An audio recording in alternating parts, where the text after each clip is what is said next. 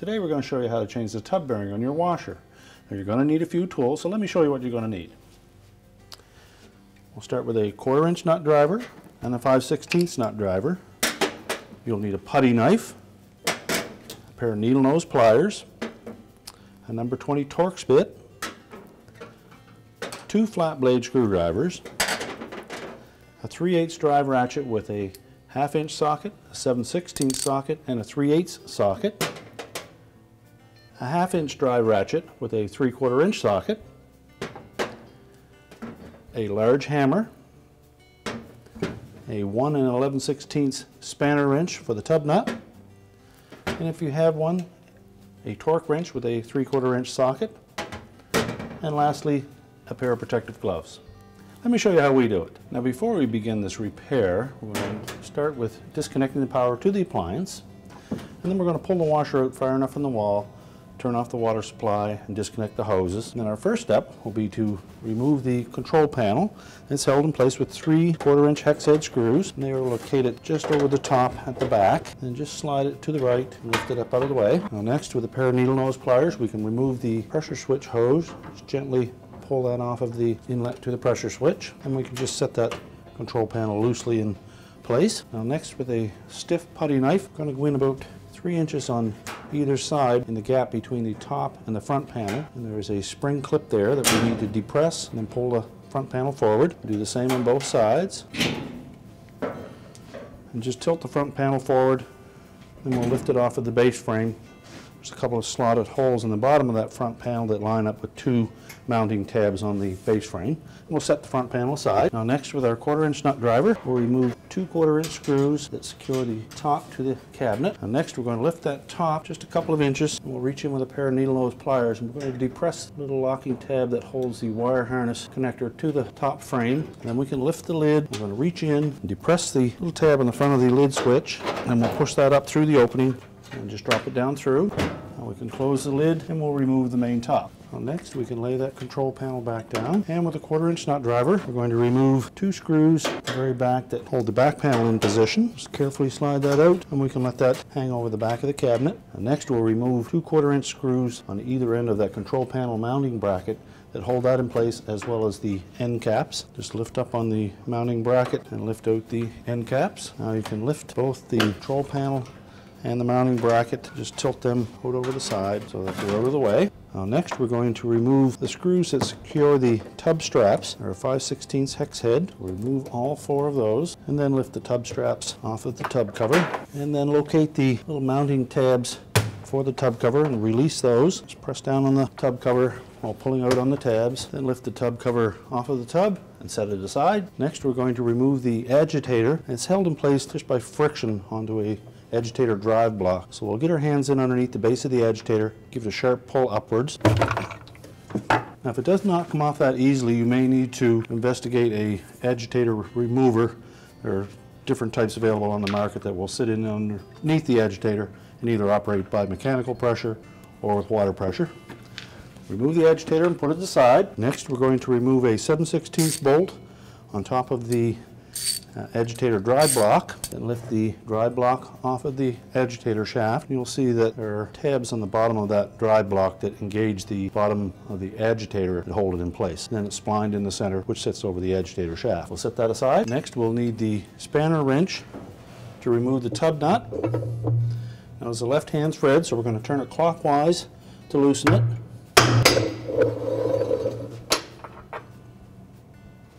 And then we'll lift the tub completely out, and we'll set that aside. And next, we'll remove the split ring that's below the tub. Just using a flat blade screwdriver, we'll just spread that just enough to allow it to slide off, and also the washer that's beneath it. We'll set those aside. We'll disconnect the 2 outside harnesses to this motor. They have little locking tabs on the connectors. Simply depress those and pull the connector off. We'll also disconnect the one to the load shifter. And there's typically one internal one that will remain on that control board. With a pair of needle nose pliers, we're going to depress the little clip that holds that wire harness to the frame. And that will allow us to pull them out of their socket.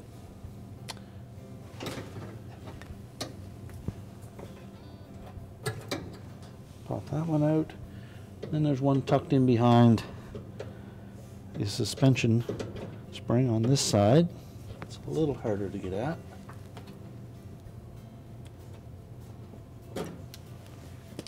Once we've removed those, we can also remove the ground screw. And then we'll route that harness away from the suspension rod. Just unwind it and then tuck it out of the way. And then next we'll remove that clamp from the tub to pump hose at the base of the tub. Now there's probably going to be some water in that tub, so it helps to put an old towel in there to catch that. And there are some sharp edges, so you should put your protective gloves on. And then loosen that clamp and then pull the hose off of the tub. We'll also need to pull that aerodome tube off of the side of the tub. So just slide that off and then remove the little plastic clip that secures it to the suspension rod. Now to remove the suspension rods, we're going to lift up on the tub, and with the handle of a hammer or a broom handle, we're just going to punch down on that retaining piece that holds it into the base frame.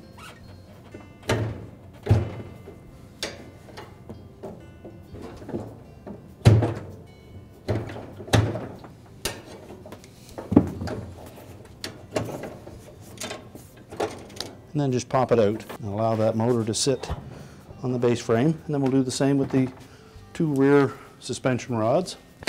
Now just let the tub sit on the base frame. We'll put on our protective gloves and we're going to pull that tub out through the front of the cabinet. So we'll tilt it forward and just carefully move the motor towards the back.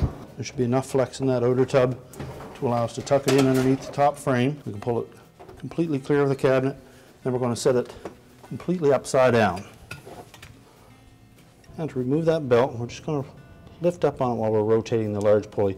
Make sure you don't pinch your fingers in between the belt and the pulley. And set it aside.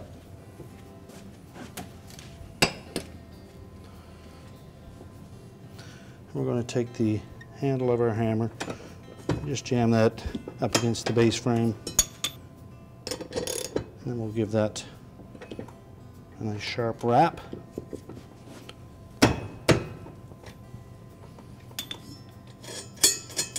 Remove the nut and just bump around the edge of that pulley gently. It is a cast pulley, so we don't want to damage it.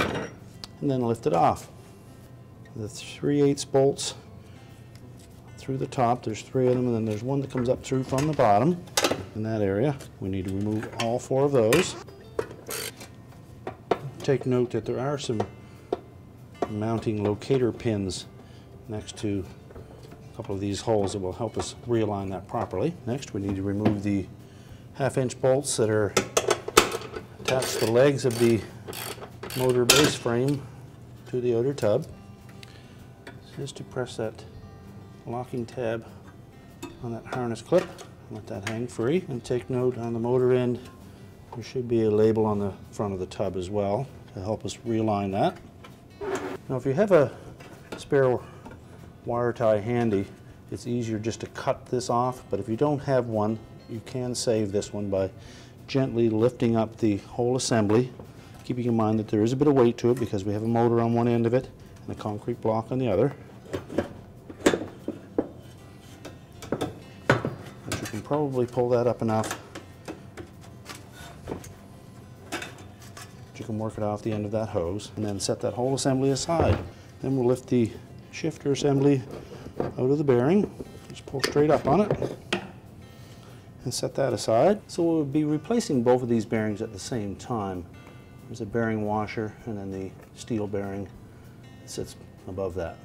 So we'll discard the plastic one and we'll remove the number 20 Torx retaining screw, and then with a couple of flat blade screwdrivers we can go in underneath the edge of that ears on that bearing and just pry upward both at the same time. Use caution so that we don't damage the tub. Then pull it completely out of the hub in the center of the tub. Now make sure that surface is clean and not scarred up. Then we're going to line up those ears on that bearing with these slots on the outer tub. Make sure it's straight. Then press it into place until it seats completely flush. And if need be, you can just tap that with the handle of your mallet if it doesn't seat all the way by hand. Do it gently because we don't want to damage the tub. Then we'll replace that number 20 Torx screw and our new flat washer bearing. And then we can insert the shifter assembly. Just slide that through both bearings. And then we're ready for the motor frame assembly. Now if you preserved the wire retaining strap, we'll need to work that over the hose as we're setting it in place.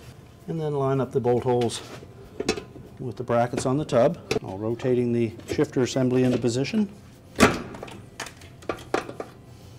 And again, there are 2 tabs that come up through from the bottom. We need to line up. And then we'll put the 4 bolts in through the legs on the motor mount. Just start them all by hand first so that we have everything aligned before we tighten anything. And then tighten the bolts securely. Next, we'll install the bolts for the shifter assembly. And again, we will just start them by hand first. We get everything aligned properly, as well as the 1 remaining bolt comes up through from the opposite end. And then we can tighten those 4 bolts. And then we need to remember to insert that wire harness tab into the base frame and secure that. Next, we'll put the drive pulley on.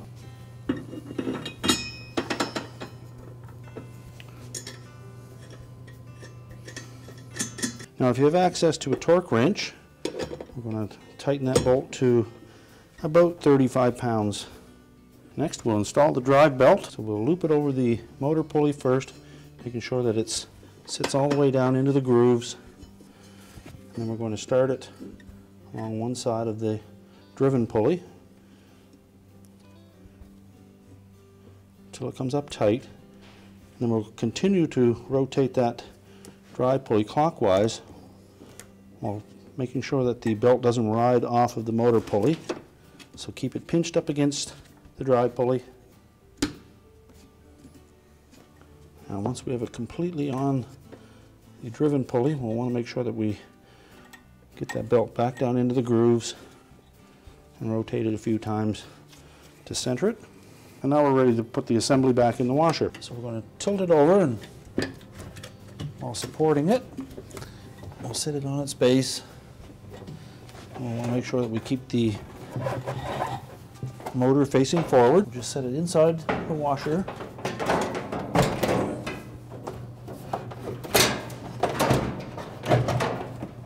And when reinstalling those rods, we want to lift the tub up again and then set it down on top of that holder, but we need to make sure that the holder snaps completely into that frame.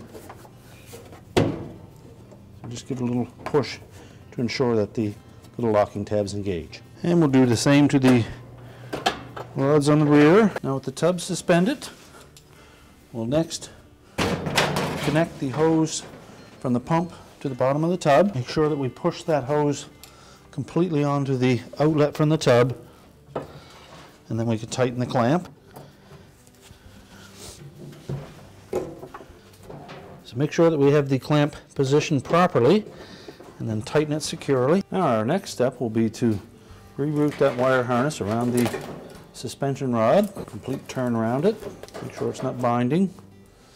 And then we'll reattach the wire harness retainers to the appropriate brackets, and then reconnect wire harnesses to the motor. Make sure the locking tabs are fully engaged, and then we can put the ground screw back in place. And now we're ready to reinstall the tub. First we'll install the square-centered flat washer, and then the split ring with the narrow end facing up. Make sure that bottom's out, and then we can put the tub in place.